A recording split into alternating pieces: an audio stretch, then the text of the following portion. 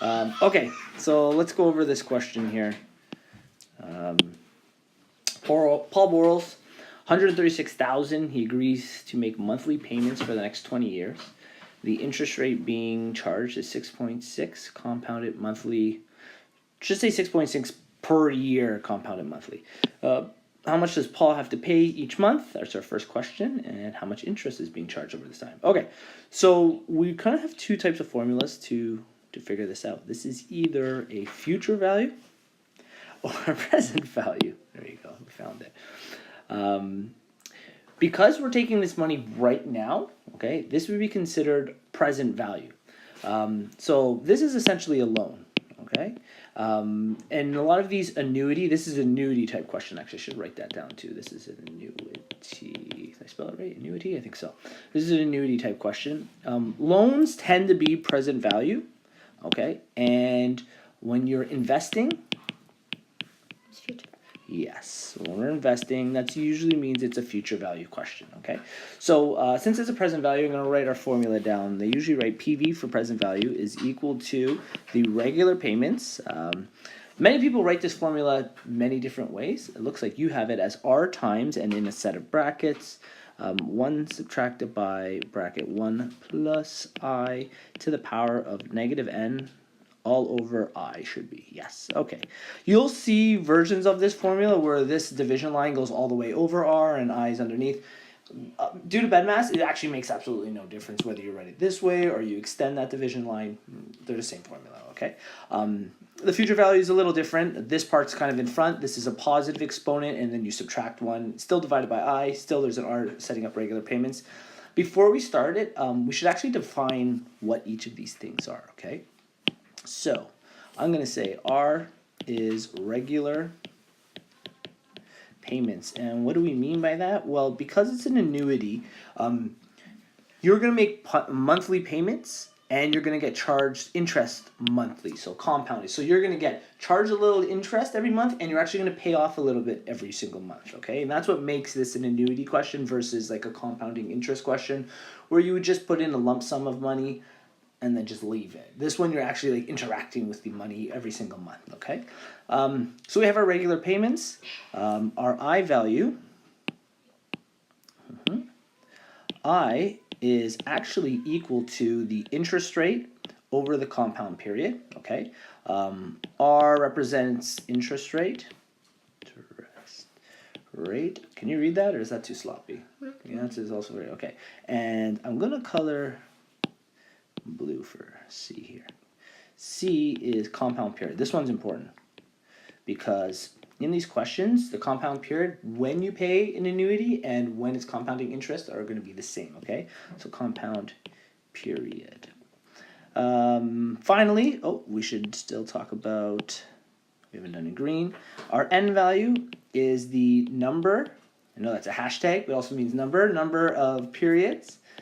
And that is technically a formula also. That would be time over compound period, okay? So we already know what C is. T is just equal to time, usually, I'm going to say example, usually it's in years, okay? So we've defined all of these because there's a heck of a lot of, well, those are cool, a heck of a lot of variables. Also PV, that's our present value. We established that at the beginning, okay? So from reading this, let's start pulling out all the information, build the formula, and then we'll kind of move it on to another page here. So while we reread this, our PV, which one is going to be our PV? Let's see. Our present value is the amount of the loan. So it says Paul Borles, $136,000. Wonderful.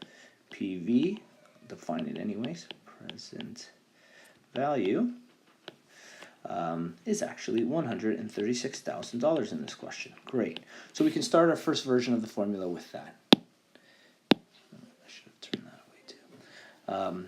$136,000 on the left side. Regular payments is actually what we're trying to figure out. The question is, how much does Paul pay each month? That's our regular payment. So R is still going to be unknown in this case. Okay, so we don't know what R is. Let's go to the rest of the formula here. 1 is a constant, so we don't change it. 1 again plus, well, what is I? So we said I was a formula. I was the interest rate, which was 6.6, divided by the compound period, and the compound period underlined in blue here. Oh, that's convenient. There we go. Is monthly. So we're going to say C is 12 in this case, and the interest rate is 0.066. So we got to calculate I by taking 0.066 and dividing by 12. You got 0.005. All right, awesome. I'm going to double check this one in here. Let's bring this up here. Should be able to slide that in. Okay. What do we say it was? 0.0666 divided by 12. Amazing. Exactly what you got. Good.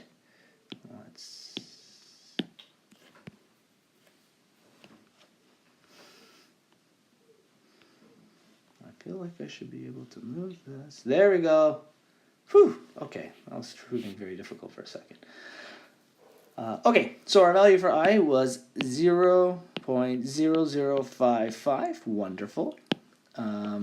That's also going to be the value underneath, so we can fill that I in, 0.0055. And finally, our N value, and again, it's a negative. Compound period, 12. It's monthly, and it is divided by time. How long was he going to pay this off in? Did it say in the question? Do you recall?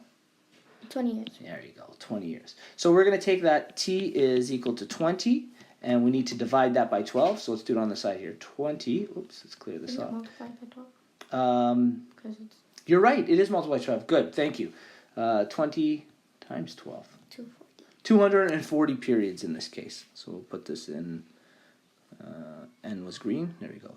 Negative 240 periods. Wonderful. So we got a lot of information. Essentially, this set of brackets we can calculate into a value. That set of brackets will be multiplied by R. So we're going to take this value and then essentially divide 136,000 by that, and that will give us our regular payments. So I'm going to try to do this kind of in one shot here. Want to help me out? You do it on your calculator. I'll do it on the one over here because this one's. I'm going to try to make it scientific. Make it a little bigger. Is it going to give me that option? Oh, really? No. Later, please. Okay. Go back. Okay, let's see if we can do it all in one shot here. We have 1. So I'm going to add first the beginning part. 1 plus 0.0055. 1 plus 0.0055. We could have figured that out. I also am in currency here. I need to get rid of this. Calculator mode, thank you. That then needs to go to a power. So we got to put this to the power of, wrong one. There we go. To the power of 240. That equals a value. We're then going to take 1 and subtract that answer. Now, do I have an answer button on here? Oh my, I don't have an answer button on here. Oh, how did you know to do that? Amazing. Go away, machine. Shoot. There you go. Okay. Did you see it? I didn't see it. No. I don't see it either. You can just click 1 and then subtract. Yeah, I don't have an answer button. 0.268. Oh, you got the number? What is it? No, it's 1.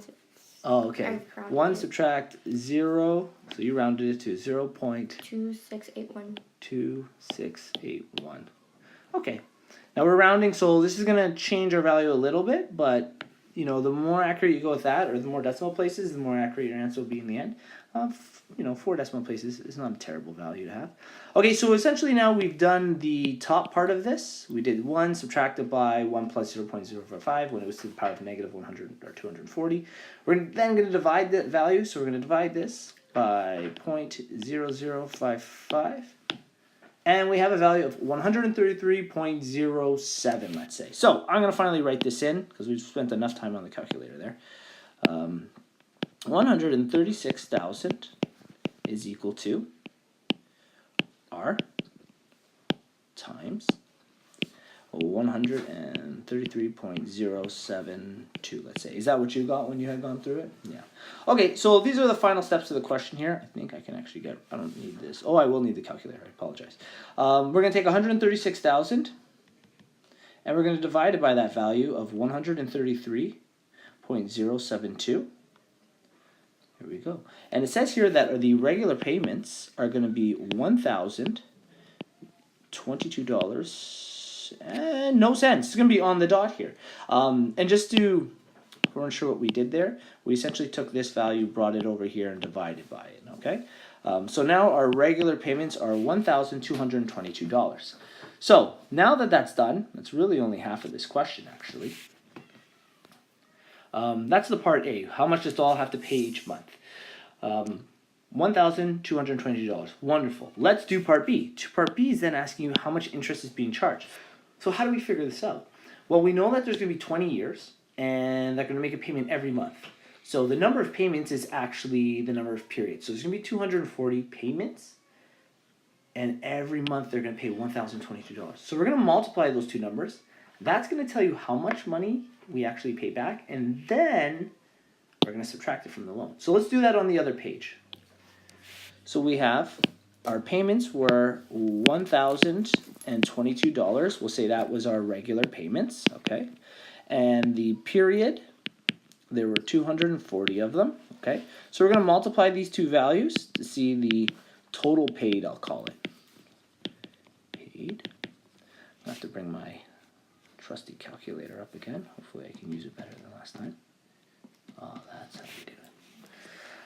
Okay, so now we got $1,022 times the 240 periods. We're going to pay $245,280. Do you recall how much we borrowed? 136,000. Okay. We originally borrowed, our loan was $136,000. So how do we figure out interest? We're going to take this total paid, and then we're going to subtract the loan amount. So we'll take our $245,000 and $245,280, subtract $136,000. I'm in trouble saying these numbers.